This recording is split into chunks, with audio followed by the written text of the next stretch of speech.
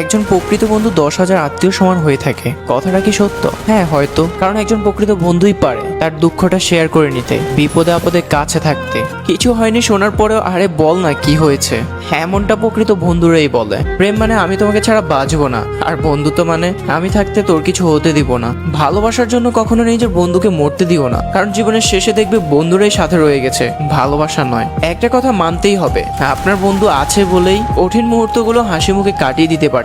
বন্ধুরা এমন একটা জিনিস যারা পাশে থাকলে খারাপ সময়গুলো ভালো হয়ে যায়। একটা সময় যখন তুমি অনেক বড় হতে থাকবে তখনই বুঝবে বন্ধুত্ব একটা আলাদা সম্পর্ক। বন্ধু হারানোর সত্যি খুব কষ্টের। তারাই প্রকৃত বন্ধু যারা দুঃসময়ে পাশে থাকে। প্রকৃত বন্ধুত্বের চেয়ে মূল্যবান এই পৃথিবীতে আর কিছু হতে পারে না। বন্ধুত্বের কখনো ব্যাখ্যা হয় না। সত্যিকারের বন্ধুত্ব হচ্ছে সুস্বাস্থ্যের মতো, একবার হারিয়ে গেলে তার মূল্য বোঝা যায়। কখনো যদি পুরো পৃথিবী আপনার বিপক্ষে হয়ে যায় তখন দেখবেন আপনার প্রকৃত বন্ধুটা আপনাকে ছেড়ে যাচ্ছে না, আর এর নামই বন্ধুত্ব। আপনাদের কাছে বন্ধুত্ব কি মনে হয়?